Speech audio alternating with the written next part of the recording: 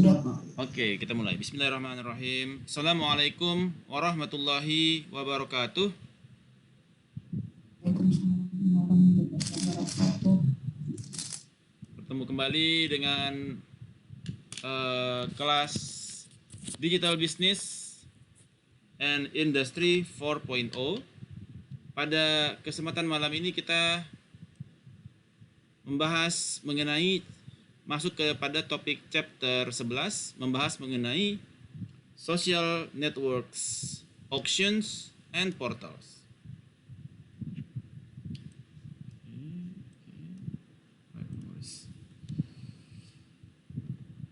Cita-cita kita di dalam perkuliahan malam ini adalah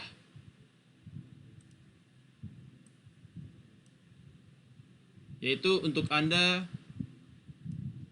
mempelajari, dapat mendeskripsikan kepada type of social networks dan online communities dan business model dari masing-masing networks tersebut.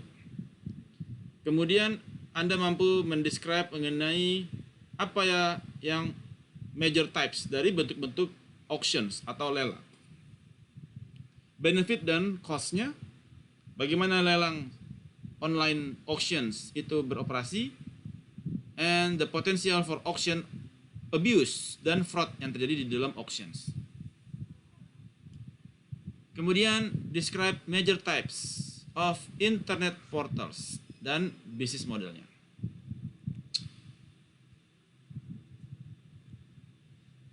Alright.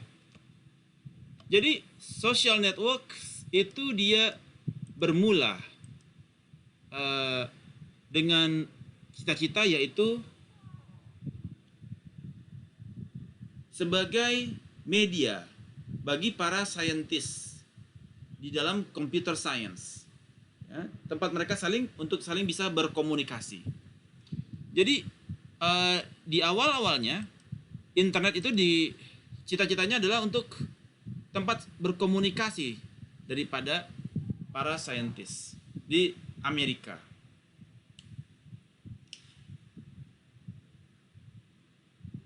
Dan in the early communities itu penggunaan dari internet adalah untuk bulletin boards, news groups, ya, sebagai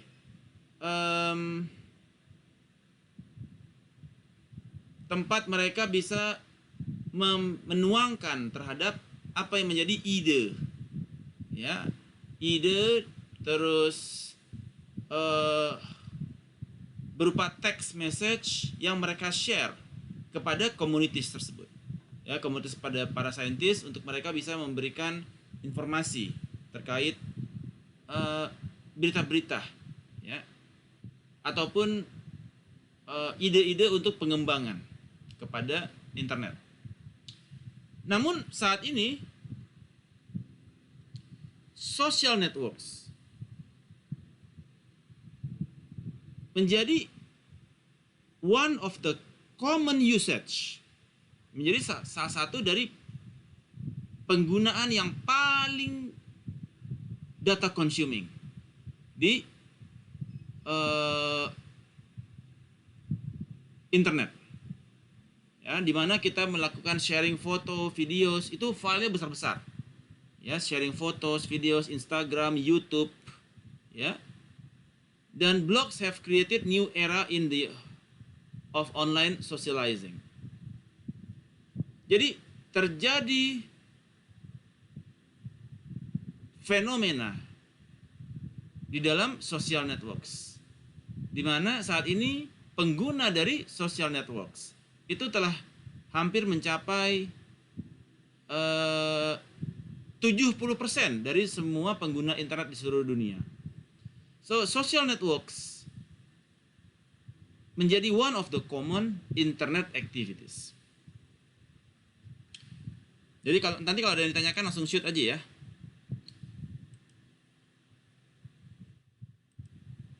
So, what is yang disebut dengan online social networks? Jadi online social networks. Jadi kalau kita lihat secara on top of online social networks, maka kita bicara mengenai social networks. So social networks merupakan melibatkan a group of people. Jadi nggak mungkin social networks itu dia hanya satu orang. Dia pasti network secara sosial kepada group of people. Yang mana mereka ini melakukan sharing terhadap social interaction yang mereka lakukan. Ya. Mencari persamaan di antara para members. Dan orang-orang yang melakukan sharing, mereka melakukannya in the period of time, some period of time.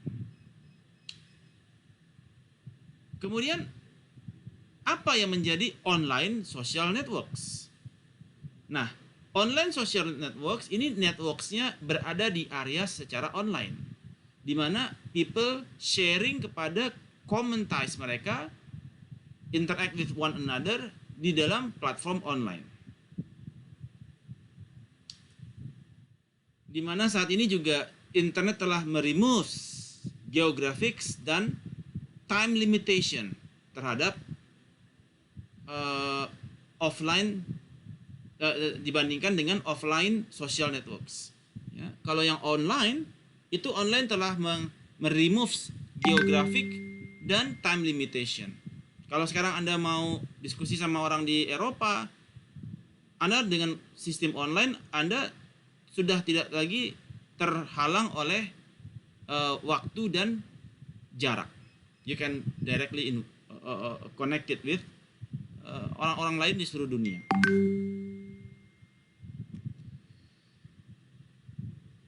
Apa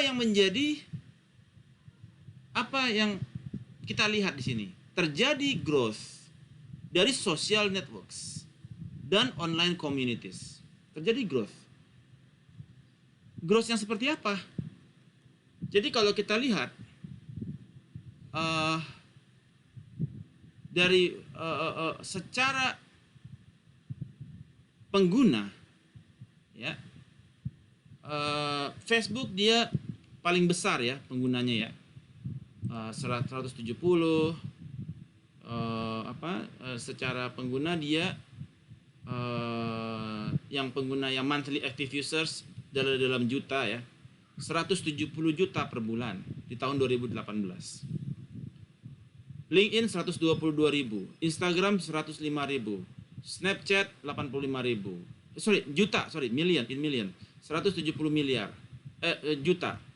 Ya, 122 juta, 185 juta. Oke. So, ini di tahun 2018. Dibandingkan dengan tahun sebelumnya, ya, terjadi growth terhadap social networks. Pengguna dari sisi saat ini sampai tanggal 2021, it is now even growing exponentially. Ya. Di mana hampir seluruh penduduk dunia, ya, almost the whole people in the planet, maybe around 70% of the people of the planet have a Facebook, memiliki Instagram, ya. Di mana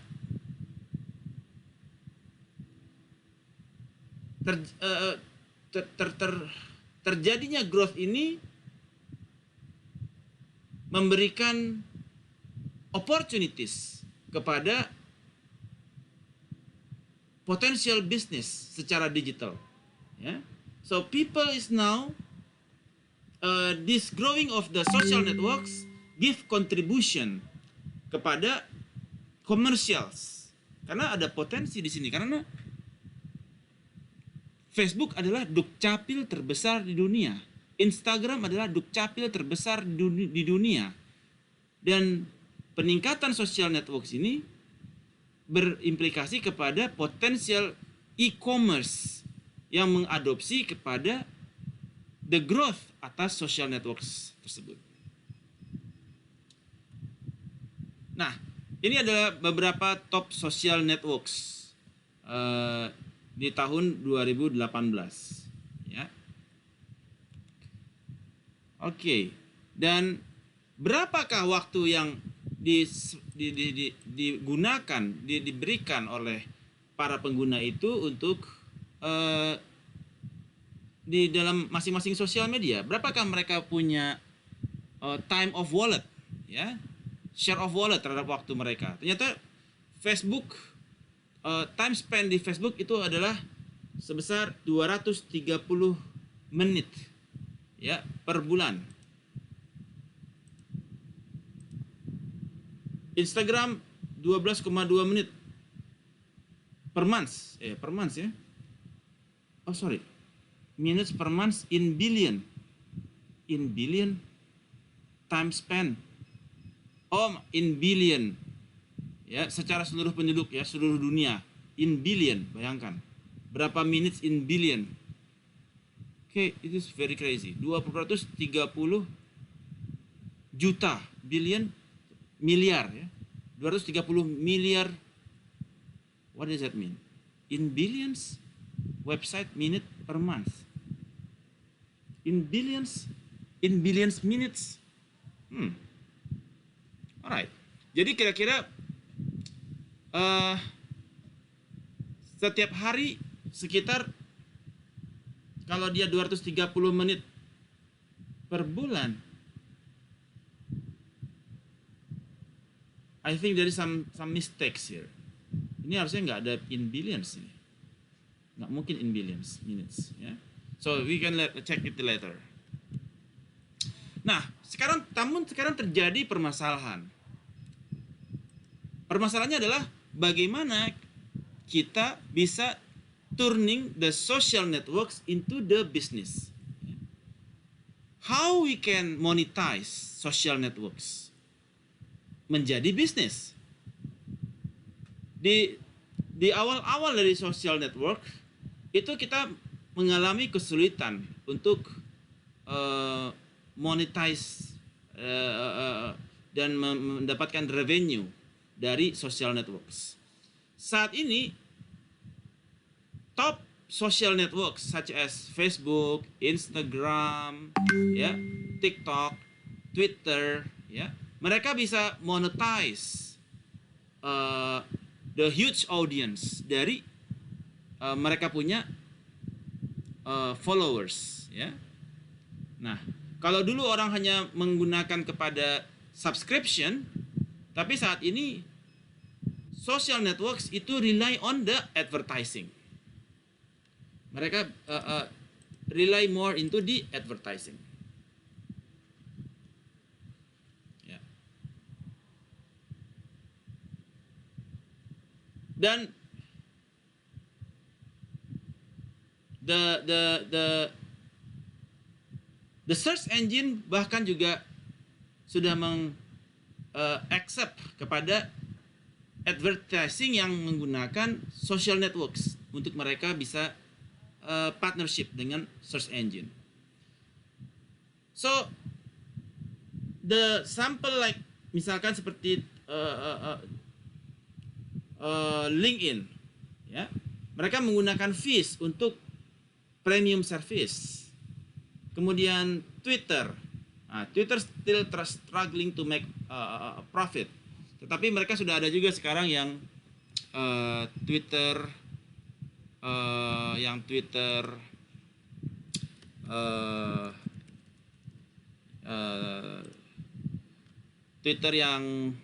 top bisa taruh advertising gitu ya di Twitter.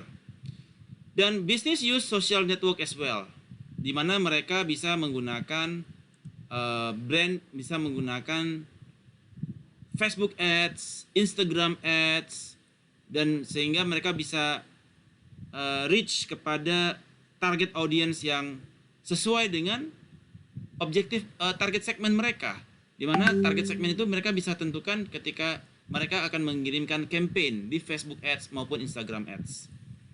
Nah, social networks juga menggunakan listening tools.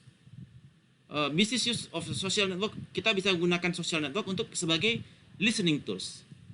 listening tools terhadap apa yang menjadi sentimen dari para pengguna produk kita, ya.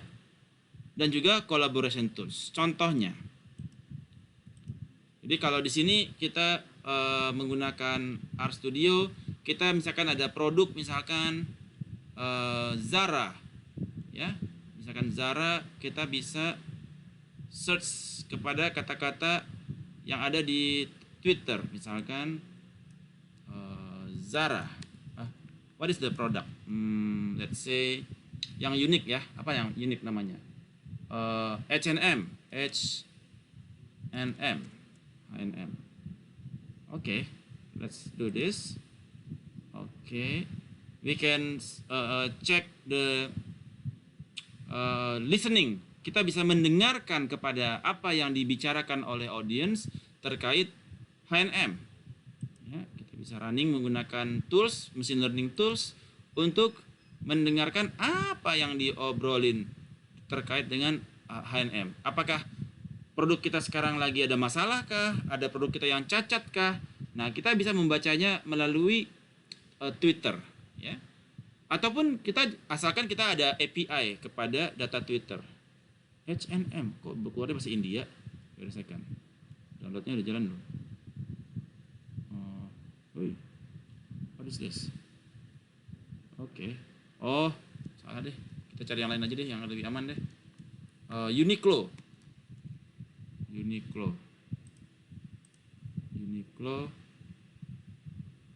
Oke, searching the Uniqlo. Mereka downloading the data from Twitter. Kemudian kita untuk masih downloading. Nanti kita bisa running di sini langsung. Biar dia langsung nungguin langsung deh. Cleaning the data. Nah, oke. Uniqlo. Oke, this is in Japanese. Uniqlo in Indonesia, ya. Uniqlo. So this is the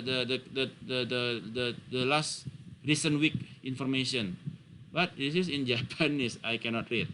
So this is the way that we can use machine learning tools untuk bisa menjadi alat untuk listening kepada audience. Apakah mereka ada sentimen bagus atau sentimen jelek?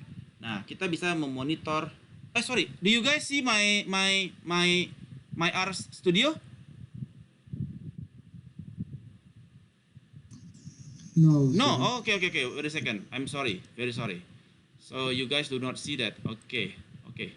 Let me reshare. Okay, this one. Okay. You see now the RStudio? Still no, Pak. Not you are not seeing it? Oh, okay. Still the No, I can see it. PowerPoint?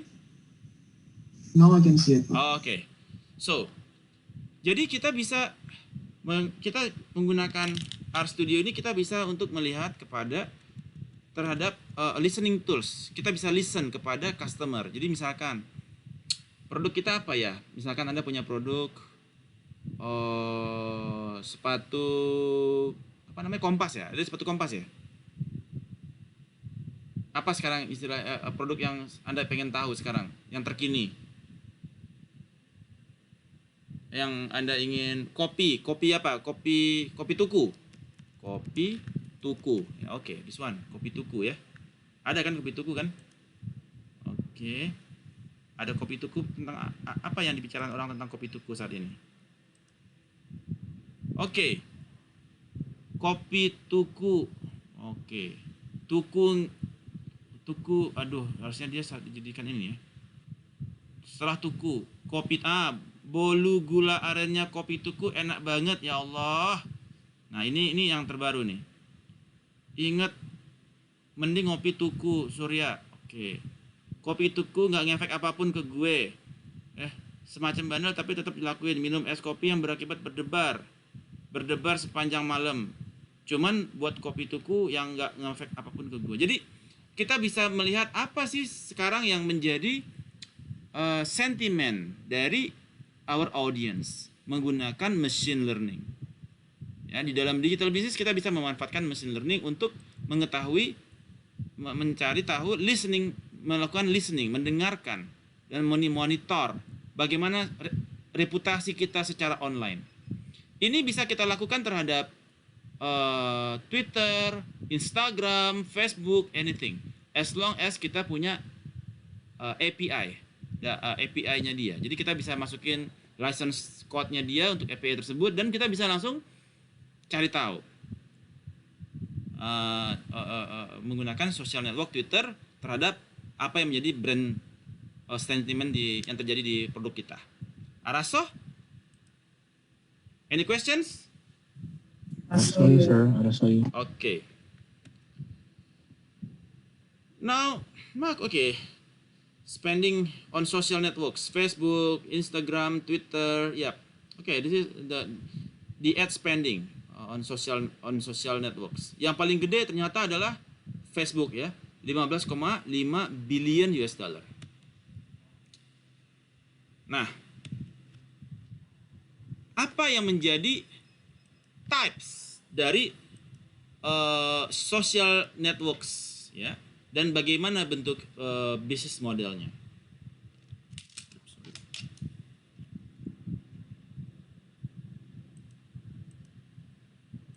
Oke.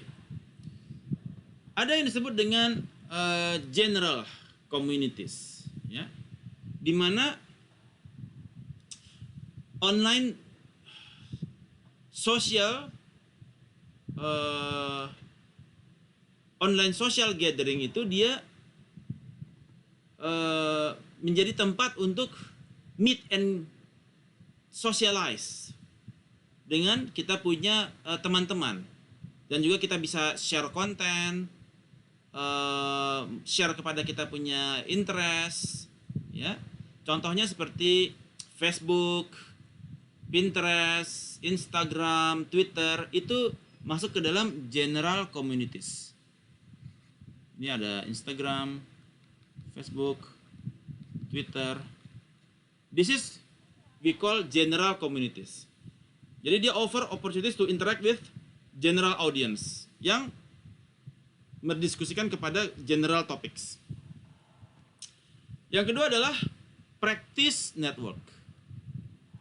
Practice network ini merupakan social network yang lebih diarahkan kepada professional dan practitioners, ya,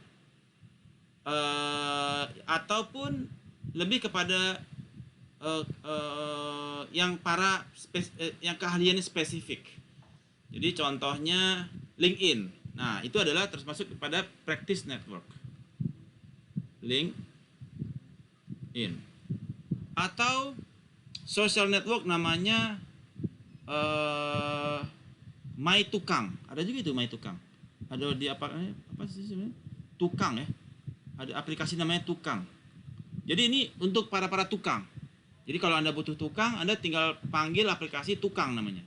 Nanti Anda tinggal order tukang apa yang dibutuhkan, tukang air, tukang listrik, tukang apa gitu ya. Jadi aplikasi kalau nggak tukang, dia itu namanya apa ya? Saya lupa. Ya. So there is a networks like that. Nah, this offer a focused discussion groups, ya, that help and knowledge related area of the shared practice. Bisa saja dia bisa ambil profitable ataupun non profitable, ya. Rely on the advertising of the user donation. This is the practice network. LinkedIn using the premium subscription. Jadi kalau LinkedIn itu dia kalau kita ngambil yang premium, kita bisa tahu siapa aja yang lihat akun kita. Kalau yang dia nggak premi, dia nggak tahu siapa aja yang lihat akun dia ya, siapa yang bacain dia punya profil gitu ya. Berikutnya adalah interest based social network. Interest based social network merupakan yang dia lebih kepada komunitas, yang komunitas ini dia lebih spesifik kepada interestnya, yang ambil kepada interest mereka yang sama satu sama lain. seperti misalkan interest base itu seperti gamers ya. Ada yang para gamers. Jadi dia interest spesifik ya. Gamers, kemudian dia sports ataupun dia punya saham atau politics. Jadi dia lebih social networknya based on kepada interestnya. Jadi dia lebih fokus group discussion ya, based on their shared interest. Yang berikutnya adalah social network type berikutnya adalah affinity. Affinity communities. Adalah komunitas di mana ada persamaan demografi antara sesama anggotanya ya. The same affinity atau the same ya primordial ya, agak primordial ya. Atau geografinya, misalkan orang social networks-nya orang Sunda gitu ya. Jadi ada affinity communities. Jadi yang lebih kepada demographics ya, seperti itu. Dan kemudian ada juga yang disebut dengan sponsor communities, yaitu social network-nya dia yang terbentuk karena dengan banyak objektif, misalkan seperti pemilihan wali kota ya, ada political candidates, jadi ada political candidates yang mendukung seseorang gitu, ada sponsor di sana ya, misalkan pendukung Pak calon gubernur atau pendukung presiden, nah, ada sponsor communities yang dia di-create by government, non-profit ya, dan sebagainya. Nah, di dalam social network ini ada yang disebut dengan feature dan technologies. Sekarang algoritma. Jadi di dalam social networks itu ada yang disebut dengan algoritma, di mana algoritma ini merupakan set of instruction yang dia bagaimana dia mendapatkan output yang sesuai dengan input yang diberikan. Misalkan ketika dulu pemilihan presiden Amerika Donald Trump, dalam berkampanye dia menggunakan algoritma di dalam Facebook. Jadi kalau Zevanya dia hobinya tenis, campaign yang akan muncul di lamannya Zevanya, di Facebooknya Zevanya itu adalah terkait dengan bagaimana untuk mengembangkan olahraga tenis ke depan. Ada penambahan klub-klub, terus tambah lapangan tenis, sehingga Zevanya merasa Presiden Trump mewakili personanya dia, mewakili profilnya dia. Jadi algoritma ini dibuat oleh Cambridge Analytics. Cambridge Analytics. Jadi dia mempelajari kepada persona dari masing-masing orang, kemudian dia membuat campaign yang sesuai dengan need and wants dari masing-masing persona. Ya, jadi setiap orang mendapatkan campaign yang berbeda-beda sesuai dengan apa yang diinginkan oleh masing-masing kelompok. Nah, spesifik kepada masing-masing persona. So, itu mengakibatkan Presiden Trump menjadi terpilih kembali. Sebagai Presiden Amerika, bukan kembali ya. Kedua kan dia kalah dengan Joe Biden. So, ada algoritma di sana yang bekerja. Ya. Nah, fitur-fitur yang lain ada juga seperti profile, newsfeed, ya, storage dan sebagainya. Nah, so that is on the social networks. Ya, social networks. So far so good. Any questions? Araso? Alright. Kemudian kita masuk ke topik berikutnya, yaitu online auctions. Nah, online auctions.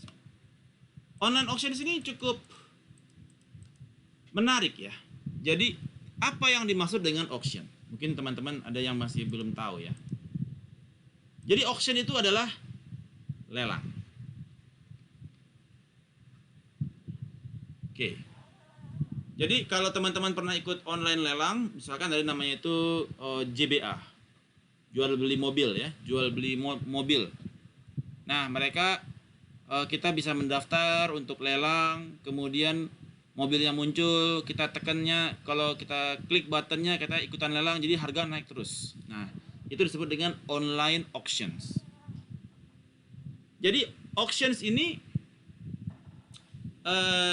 sering atau jamak digunakan di dalam e-commerce landscape.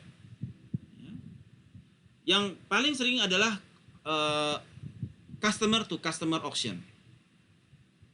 Jadi contohnya kalau di Instagram ada IG Live untuk auction, lelang. Ya, lelang. Sepatu baru maupun sepatu bekas. Ada aja tuh lelang-lelangnya. Jadi dia nanti ngebid siapa yang tertinggi maka dia yang menang di dalam jangka waktu tertentu. Itu disebut dengan customer to customer auction. Yang paling gede contohnya adalah eBay tentu saja. Ya. Nah, di dalam customer to customer auction ada auction house ya yang bertindak sebagai intermediary yang memberikan tempat atau forum di mana customer bisa menemukan produk yang dia butuhkan dan harga yang sedang terjadi ya. Jadi ada tempatnya ya, tempat untuk auction tersebut. Kalau di Indonesia itu macam-macam ya, kayak di Direktur Jenderal Pajak itu juga ada auction terbuka ya. Kalau dia ada lelang rumah yang sitaan pemerintah karena nggak bayar PBB, nggak bayar IMB dan lain sebagainya, disita, atau kekurangan bayar pajak, disita asetnya. Nah, itu kemudian dia lelang ya. Nah, itu disebut dengan C2C. Jadi ada customer to customer. Kemudian ada juga yang disebut dengan B2C, business to customer, di mana bisnis itu dia jual goods atau goodsnya dia atau produk-produknya dia menggunakan berbagai macam pricing models. Kalau di JBA ini dia bisa masuk ke B2C juga ya, B2C ya, business to customer. Jadi ini customer to customer tetapi menggunakan market maker yaitu JBA.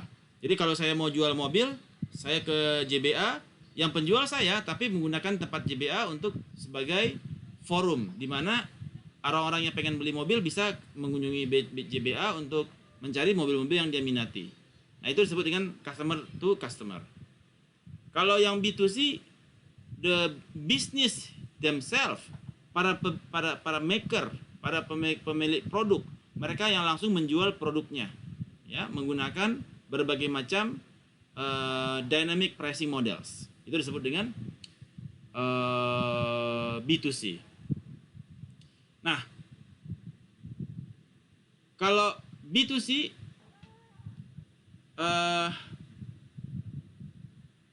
contohnya adalah B2C, business to customer, yang dia auction, dia lelang, seperti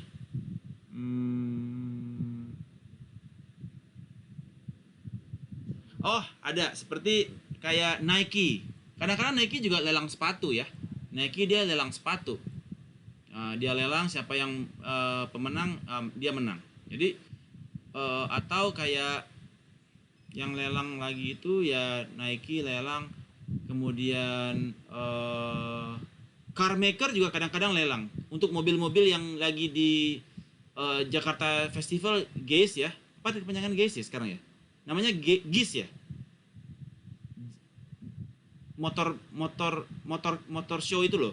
Nah, itu juga mobil-mobil yang dipajang itu mobil-mobil yang menjadi pajangan itu nggak dijual tapi dilelang bagi yang berani beli berapa tertinggi, karena udah buka plastik ya, udah didudukin, udah dites orang, dipegang-pegang, sehingga kemudian mobil tersebut dia lelang untuk karena mobilnya udah dibuka plastik, udah dipegang-pegang gitu ya, bukan mobil baru ya, mobil baru tapi ya udah gitulah, udah banyak yang pegang, jadi dia lelang setelah selesai acara show. Itu disebut dengan B2C. Nah, apakah benefits dari auctions? Jadi kalau kita menggunakan auction, ada banyak sekali benefit yang dapat kita rasakan, yaitu liquidity, ya. Di mana di dalam liquidity ini seller and buyer mereka bisa menemukan, para penjual itu bisa menemukan pembelinya, yang pembelinya itu bisa dari seluruh dunia. Kemarin tuh saya pernah ikut lelang mobil, tetapi di Pekanbaru. Nah, ada JBA yang di Pekanbaru misalkan. Pekanbaru. Nah, seluruh dunia bisa ikutan. Tinggal daftar mobilnya. Waktu itu ada yang bagus sih, apa ya waktu itu? Saya lupa. Terus saya ikutan dari Jakarta. Padahal belum pernah lihat mobil, ya, ikutan aja lelang. Tapi sebetulnya memang terbuka sih, ketika Anda mendaftar lelang, Anda bisa ikut lelang dimanapun sih ya, di Jakarta, di Semarang ataupun dimanapun Anda bisa ikut lelang. Itu disebut dengan liquidity, ya, sangat banyak potensi bisnisnya. Ya, seluruh dunia siapa aja bisa beli kan, rame. Dibandingkan Anda nunggu di rumah, taruh mobil di rumah, nungguin orang ada yang datang ngeliat. Yang kedua adalah benefitnya adalah price discovery. Price discovery ini buyer dan seller itu dapat secara cepat itu mendevelop harga. Ya. Jadi ketika buka harga Innova dari harga 100, 110, 120, 130, 200, 250, nggak ada lagi 3, 2, 1 deal 250 juta dari harga 100 dalam waktu tempo 5 menit. Jadi buyer and seller can quickly dan efficiently develop the price. Ya. Tergantung kepada demand dan supply. Kemudian price transparency. Ya. Di mana setiap orang di dunia bisa even in the world see the asking dan bidding price for items. Jadi harganya ya real gitu, nggak ada harga yang disembunyikan karena harganya terbuka. Kalau kita lagi bidding, kita tahu harganya berapa sekarang. Jadi kalau bidding tertutup kan di dalam amplop kan kita nggak tahu berapa tertinggi berapa terendah. Ya bisa aja kita orang lain dimenangin karena ada sesuatu dan lain hal. Nah, itu disebut dengan transparansi di dalam pricingnya secara online auctions. Kemudian market efficiency, di mana dengan adanya auction itu mengurangi harga dan mengurangi profit, ya, karena lead to reduce price dan reduce profit for the merchants, ya, karena market efficiency, orang nggak perlu keliling, nggak perlu keluar, nggak perlu jalan, ya, cukup dilelang, everybody come. Kemudian lower transaction cost, ya, kalau Anda beli mobil langsung ya Anda ada bicara biaya Anda untuk pergi ke sana, terus lihat barang, habisin waktu aja waktu adalah uang, ya. So it lower the transaction cost. Customer aggregation, di mana ability to aggregate a large number of customer who are motivated to purchase. Jadi ketika kita ikut lelang itu bakal banyak large number of consumers bakalan termotivasi untuk membeli, ya, di market space seperti itu.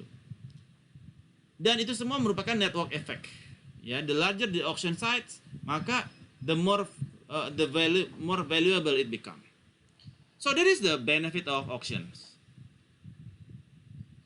So far so good. Any questions? Arasto?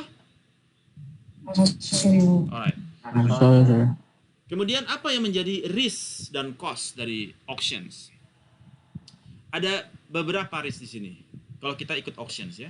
Jadi kalau Anda ikut auctions ada cukup banyak risknya. Pertama adalah delayed consumption cost. Ketika Anda beli di mana internet auctions itu bisa berhari-hari dan mendapatkan barangnya bisa membutuhkan banyak waktu. Misalkan Anda ikut lelang sekarang, lelang di Medan atau lelang di Pekanbaru, di Surabaya. Ya, mobilnya murah pasti. Avanza harga 150 juta, Avanza baru 2016. Harga 150 juta. Ya. X taksi misalkan, 150 juta X taksi. So, X taksi Bluebird misalnya. Nah, itu untuk mengirimkan produknya dari Surabaya ke Jakarta butuh waktu lagi kan, ada shipping days ya. Ada shipping untuk pengantaran barang. So, ada delayed consumption cost. Ada delayed consumption. Jadi kita nggak bisa langsung saat itu juga, kecuali kalau lelangnya di Jakarta ya. Kemudian ada monitoring cost. Ketika orang terjadi lelang, maka Anda perlu partisipasi untuk memonitor kepada bidding udah berapa nih. Lu masih mau ikutan nggak? Udah lewat kepada your standar untuk harga kita nggak? Kalau harga misalkan harga Pajero misalkan, Pajero Sport. Pajero Sport harga 800 juta. Ya, sekarang harga masih di 300 juta. Berani bid nggak kita? Ya beranilah.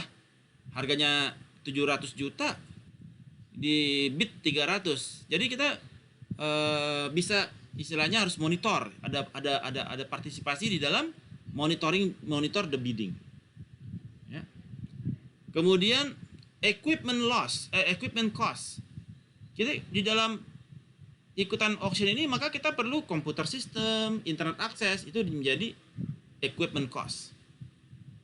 Kemudian trust risk, ada trust risk, yaitu online auction are significant source of internet fraud. Nah, internet fraud. Ada potensial kepada fraud. Ya. Nomor rekeningnya salah gitu ya, salah nomor rekening bayar. Atau ada aplikasi yang dia bisa mirroring kepada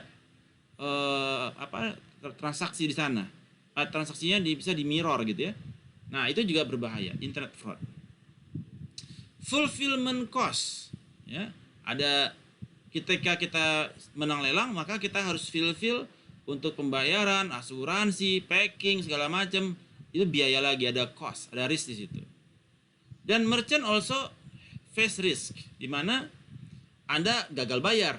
Wow, udah deal, gagal bayar. Artinya uang DP Anda disita, uang DP Anda hangus karena Anda non payment. Atau false bidding, ya. Salah taruh harga pembukaan, harusnya pembukaannya 300 Anda buat 30. Nah, jadi tambah parah kan? Nah, dan Anda tidak sesuai dengan permintaan dari customer di situ. Ya, so itu berisiko. Nah, sebagai e-commerce business model di dalam auctions, business modelnya adalah satu adalah dia memiliki no inventory, ya, no inventory di dalam business modelnya. Kemudian no fulfillment activities. Jadi gini, online action itu saat ini memang paling berhasil sih kalau kita mau bisnis. Jadi mengundang orang auctions, produk kita taruh, orang datang, kemudian menawar produk kita, orang rame datang nih. Anda taruh di JBA tuh orang rame datang. Untuk kemudian yang ikut bidding bakal rame. Jadi kemungkinan terjualnya mobil dalam waktu singkat besar sekali, atau produk yang Anda miliki terjual dalam waktu singkat besar sekali. Ya. Dan si JBA sebagai platform itu dia tidak memiliki inventory. Ya bukan stok dia, kan dia nggak beli. Yang punya mobil masih tetap Anda. Semua sertifikatnya BPKP, STNK mereka pegang. Jadi kalau ada yang minat beli, bayar fee kepada mereka. So tidak ada inventory di situ. Kemudian no fulfillment activities, no warehouse, no shipping, ya, no logistic facilities. Tapi di dalam e-commerce business model ini tetap kita perlu warehouse ya kalau kita ada barang ya. Nah, kecuali kalau kita auctionnya itu dia no warehouse, no fulfillment activities. Oh iya ya, karena kita kalau auction maka kita barang kita sudah di tempat orang kan. Jadi kita barang kita sudah di JBA atau barang kita sudah di Amazon. Nah itu shipping, logistik segala macam sudah diurus oleh platform tersebut. Jadi kita no fulfillment activities. Dan eBay makes money from every stage in the auction cycles. Ada transaction fees, biaya listing, ya. Jadi kalau Anda mau bikin auction itu menguntungkan sekali ya. Anda ada banyak fee transaksi, listing fee, financial service fee, advertising fees dan sebagainya. Ya, ada banyak biaya yang bisa Anda generate dari customer. Nah, difficulty in establishing audience. Ya. Alright. Type of audience ada yang disebut dengan English auctions. Nah, English auction most common form of auctions. Ya, the highest bidder wins. Jadi kalau Anda pakai di JBA dia pakai English auction. The highest bidder wins. Ada yang disebut dengan Dutch Internet Auctions. Yaitu dia menggunakan ascending price. Harganya dia itu ascending. Ascending itu dia menurun atau menaik ya? Menaik ya. Nah, ascending itu menurun. Jadi final price yang harganya terendah maka dia adalah pemenang yang the successful bid, ya. Which set the price for all the higher bidders. Ya. Jadi kalau Dutch Internet Auctions dia itu the final price yang menang adalah yang lowest bid. Wah, lucu sekali ya, lowest bid. Oke, menarik. Dan penny bidding fee auctions. Kalau penny atau itu dia disebut juga name your own price ya. Dimana auctions itu specify mereka willing pay untuk produk itu berapa. Jadi kayak amplop tertutup ya. Jadi gua berani beli berapa, that's all. Itu disebut dengan penny auctions. Alright. So far so good. Any questions? Wakarimasu ka? Arimasita. Okay. Right. Kemudian ada beberapa factors yang kita perlu consider ketika kita choosing the auctions. Di mana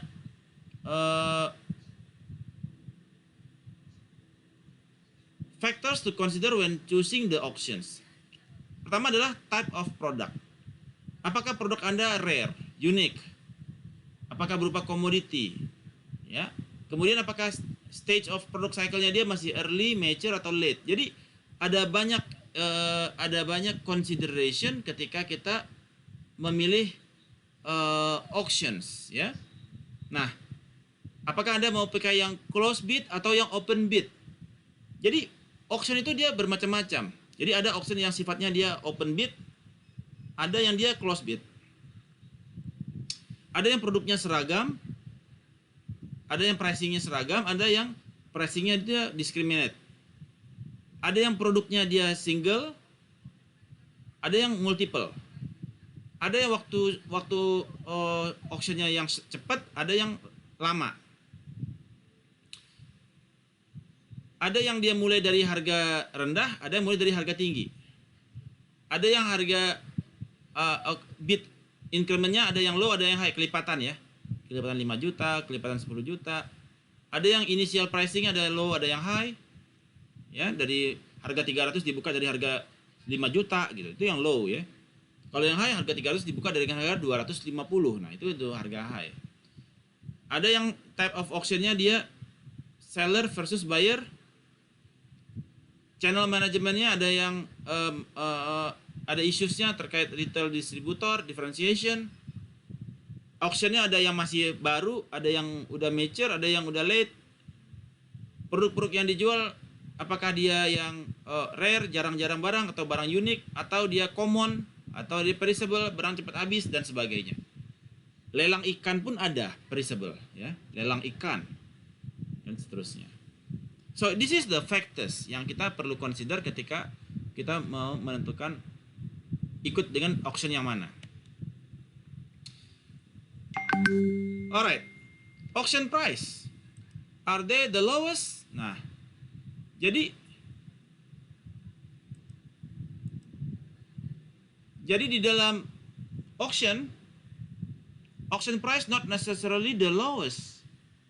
Ya, auction price, apakah harga lelang itu paling murah gitu ya? Kadang-kadang malah harga lelang itu lebih mahal daripada harga market. Kadang-kadang, ya, karena produknya langka gitu ya. Semakin langka produk, maka harga produknya jadinya nggak make sense lagi gitu. Tapi secara umum memang orang pikir bahwasanya auction itu harganya pasti lebih murah daripada harga market. Dan bukti empiris memang menunjukkan banyak kepada hal seperti itu. Ya. Namun kadang-kadang terjadi bahwasanya harga auction itu dia lebih tinggi daripada harga market, ya, karena secara barangnya dia itu jarang, ataupun di auction yang lain memang nggak ada itu barang.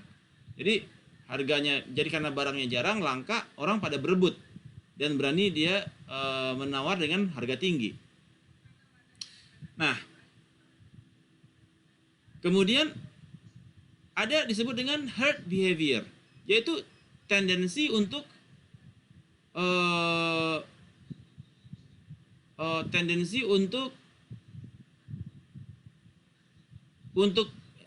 saling ngebid, ya, dengan orang lain. Jadi ada herd behavior, kompetisi.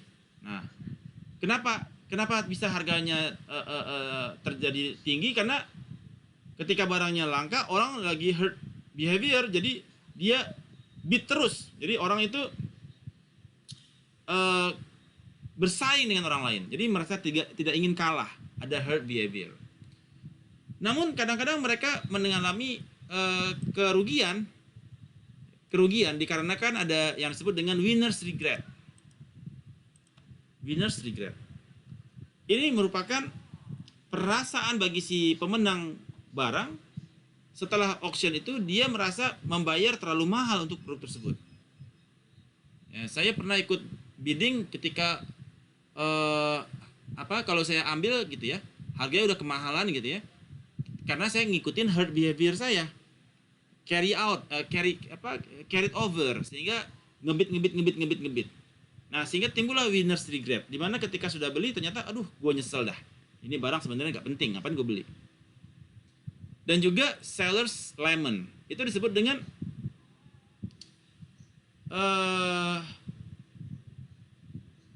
the seller's lament itu adalah dia nggak tahu nilai yang sebenarnya kepada kemenangannya dia, ya. Jadi kita nggak tahu berapa harganya tertinggi, nggak ada yang tahu Bapak Ibu. Ketika kita ikut auction, kita nggak tahu tertingginya di berapa. Selama ada orang ngebid, jalan terus kan. Nah, itu disebut dengan seller's lament, ya. Kita nggak pernah tahu nilai yang sebetulnya kepada nilai akhir, kita nggak tahu. Bisa break, ya, atau malah bisa saja di bawah harga market. Dan juga yang terakhir adalah loser's lament. Loser's lament adalah the feel kita merasa terhina karena kita gagal untuk menang kepada produk yang kita sukai. Bayangkan kalau Bapak Ibu sekarang lelang pacar gitu ya, ada calon pacar gitu dilelang, cantik gitu ya, wah pada ngebid terus kan. Begitu Anda kalah, Anda nyesel banget, kok gua nggak dapet ya gitu ya. Itu disebut dengan loser's lament. Nah, seperti Anda suka mobil, Zevanya, kamu suka kalau mobil apa yang paling kamu idamkan? Saya Pak, saat ini kalau misalnya ada kesempatan Pak, saya pengen beli Mercy Pak. Mercy yang mana? Mercy kan banyak. E200 Pak. E200. Iya. Oke. Atau kalau yang elektrik Pak, Tesla sih Pak.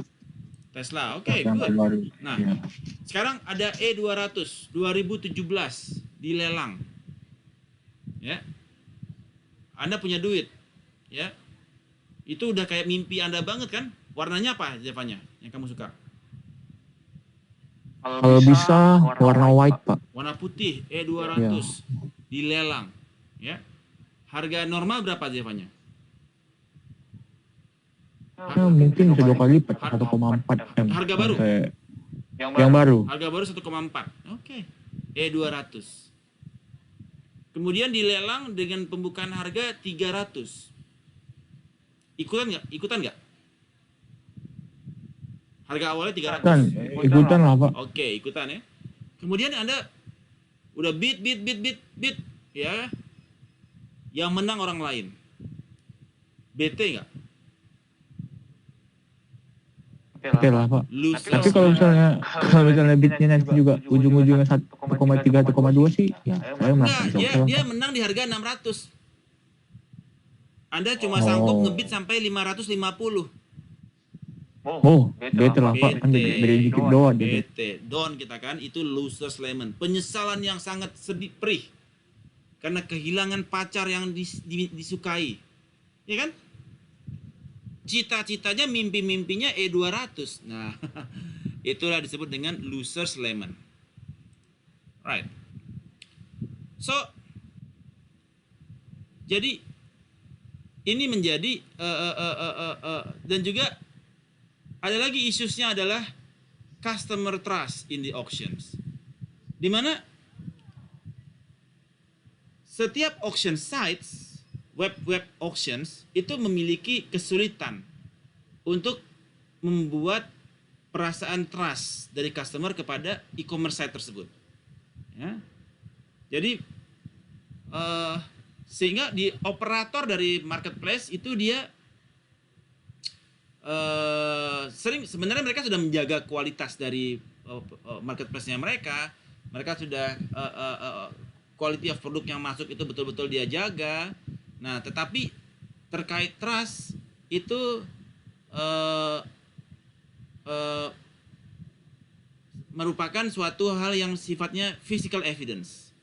Bagaimana kita bisa membangun trust kepada para yang bisa memotivasi orang ikut auction di kita punya website. Jadi contohnya adalah dengan kita memiliki sertifikasi aman, bebas frauds, kemudian testimoni yang bagus dan lain sebagainya. Lebih kepada membuat physical evidence secara online kepada kita punya auction websites. Namun di dalam auction website ini banyak juga terjadi frauds, ya. Ada abuse di dalam auctions tersebut. Ada yang disebut dengan bid rigging, yaitu ada false bid, ya, ada kesalahan di dalam bidding, sehingga kita submitnya salah, ya, itu disebut dengan bid rigging. Ada abuse di sana, sehingga ketika disetujuin, oh Anda pemenang, waduh gua salah tulis gitu ya. Harusnya kita tulisnya 5 juta, kita tulis 50 juta. Pemenang, gak ada yang berani nawar. Ya udah, salah tulis 500 juta. Wah, pemenang. Waduh kacau. Duit gua kan cuma 50 juta, kok gua tulis 500 juta. Itu disebut dengan bid rigging. Ada juga disebut dengan price matching. Ya. Bahwasanya kita bisa salah satu menang tetapi harganya sama, ada match. Nah, itu ada fraud di sana. Kemudian shield feedback. Jadi kita menggunakan memancing menggunakan orang member kita juga. Udah kita yang main deh. Misalkan Zevanya sama si Andi, udah kita tektokan ya, kita mainnya biar orang lain ngikut. Oke, bye. Wah, 2 orang berantem nih. naik terus. Tiba-tiba begitu udah tinggi harganya, kemudian Marlina masuk di harganya dia. Kita diem semua. Akhirnya Marlina yang menang.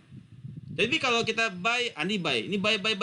Misalkan nggak ada yang ikut, ya udah buy, menang si Andi. Tapi ntar mobilnya dijual lagi di situ, dibalikin lagi. Jadi tahu nggak teknik gitu? Jadi buat mancing orang ikutan ngebid, Andi sama Zevanya main TikTokan tuh. Buy. Wah, nih dua orang berantem nih. Tiba-tiba mau si Evi masuk. Wah, gue ikutan deh. Di harga berapa sekarang? Udah tinggi, udah 200, 205. Dua klik 205. Stop. Si Andi sama Zevanya stop. Ya, si Evi kejebak. Dia ngebid. Nah, akhirnya yang mendapat barang si Evi. Nah, itu juga disebut dengan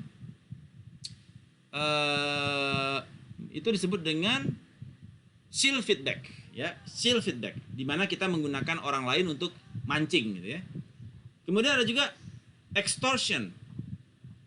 Jadi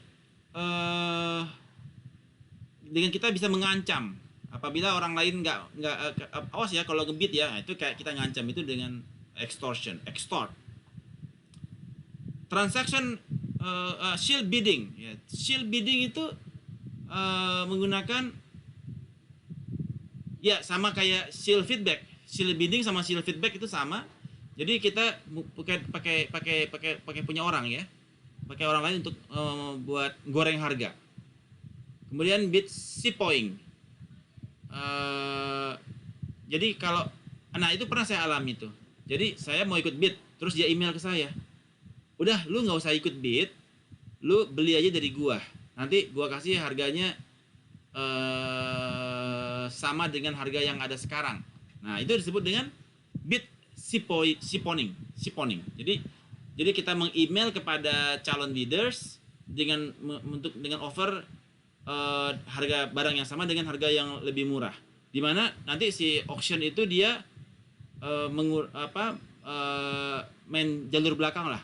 Udah dah, ini barang nggak kita lelang, gua jual ke lu lewat jalur belakang gitu. Itu disebut dengan bid siphoing. Kalau fraud prevention itu bagaimana kita bisa prevent? Itu kita bisa menggunakan rating system, di mana kita setiap customer itu di rate ya, based kepada berapa lama mereka udah bertransaksi ke kita. Kemudian ada watch list, di mana kita memberikan izin kepada para buyer untuk melihat monitor kita ya, berapa yang nawar, berapa yang ini, jadi mereka tahu apa yang terjadi. Kemudian proxy bidding, jadi buyer dia bisa enter maximum price mereka yang berani bayar ya. Kemudian software dari auction yang akan menentukan siapa pemenang. Jadi itu disebut dengan proxy bidding. So that is on the fraud and abuse in the auctions. Any questions in the auctions? Any questions? Khalas?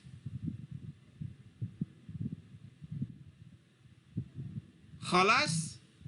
Fahimna. Alright, cool. Kemudian kita masuk kepada topik yang ketiga, yaitu e-commerce portal. Jadi di dalam e-commerce portal, e-commerce portal itu merupakan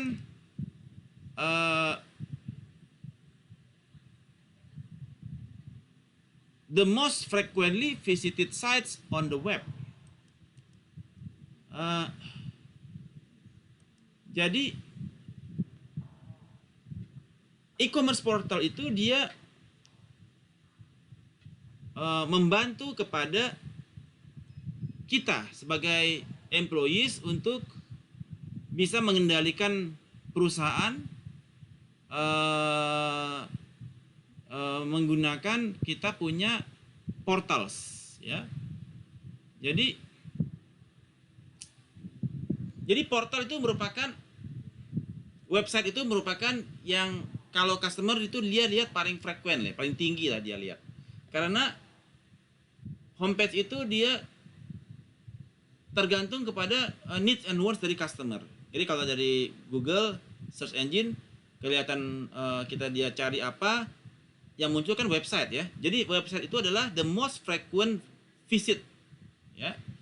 Jadi tugas Anda kemarin kan bikin website. Nah, itu adalah the most frequent visit. Kalau topik yang ada di dalam website itu sesuai dengan need and wants dari customer. Nah, original portal sebelumnya adalah search engine. Jadi di dalam search engine itu dia yang sebagai agregator membagi kepada ini kepada portal mana, portal yang mana, portal yang mana. Tergantung dari dia membaca crawling kepada data-data yang ada di website tersebut. Apa yang menjadi topik yang kata-kata yang paling banyak di sana. Jadi dia bisa menentukan untuk melihat mencari website mana yang mengandung kepada kata-kata yang dituliskan di dalam Google Search Engine. Nah,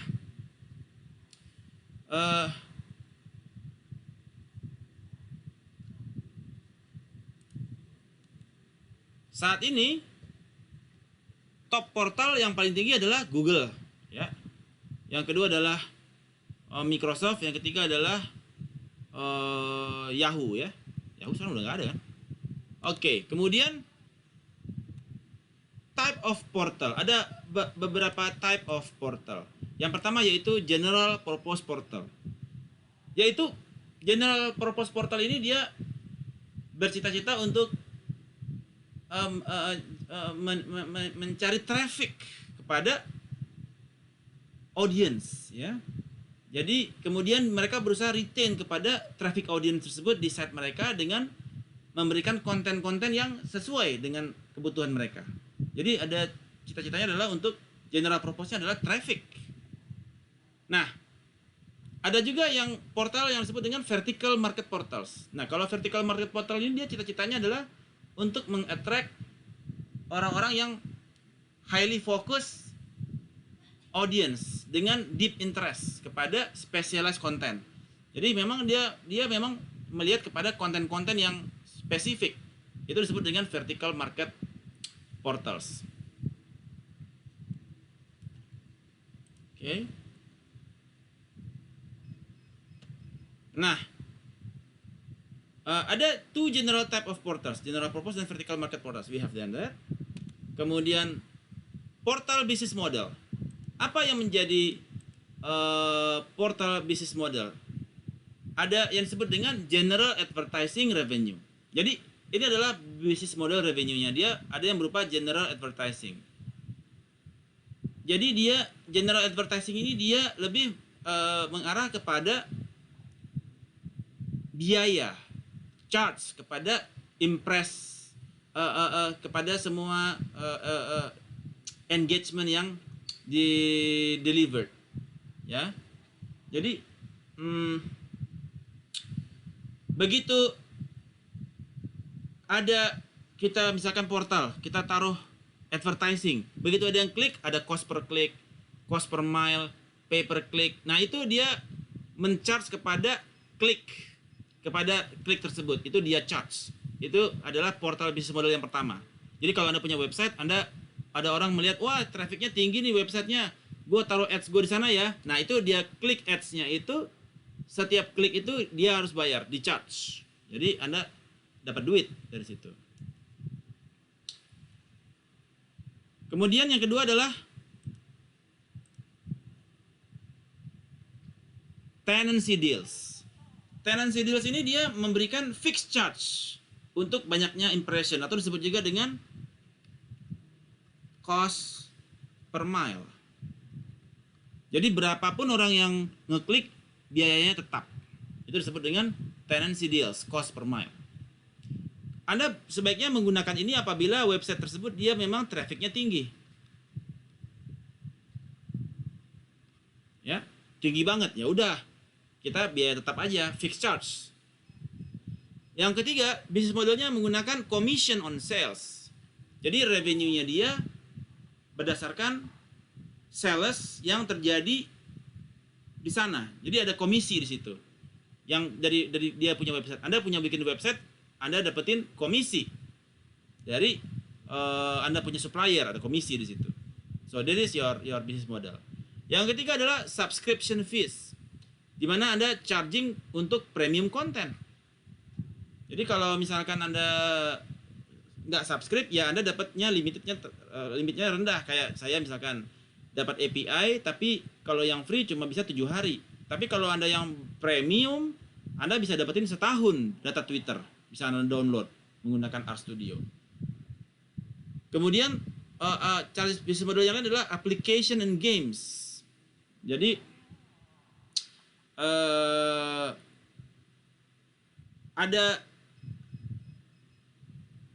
Anda membuat apps, kemudian Anda bisa taruh advertising di dalam apps tersebut. Nah, itu disebut dengan bisnis model menggunakan application and games. Right, so that is on the final chapter, final slides on the topic of social networks, auction, and portals. Any questions? So far so good? Araso? So, yes, sir. Okay, so good. Next is I want to listen. Kemarin kita ada tugas kan bikin website ya. Itu masih banyak yang pada belum buat. Udah pada buat semua kan? Siapa yang belum presentasi ya? Tugas kemarin siapa yang masih belum presentasi?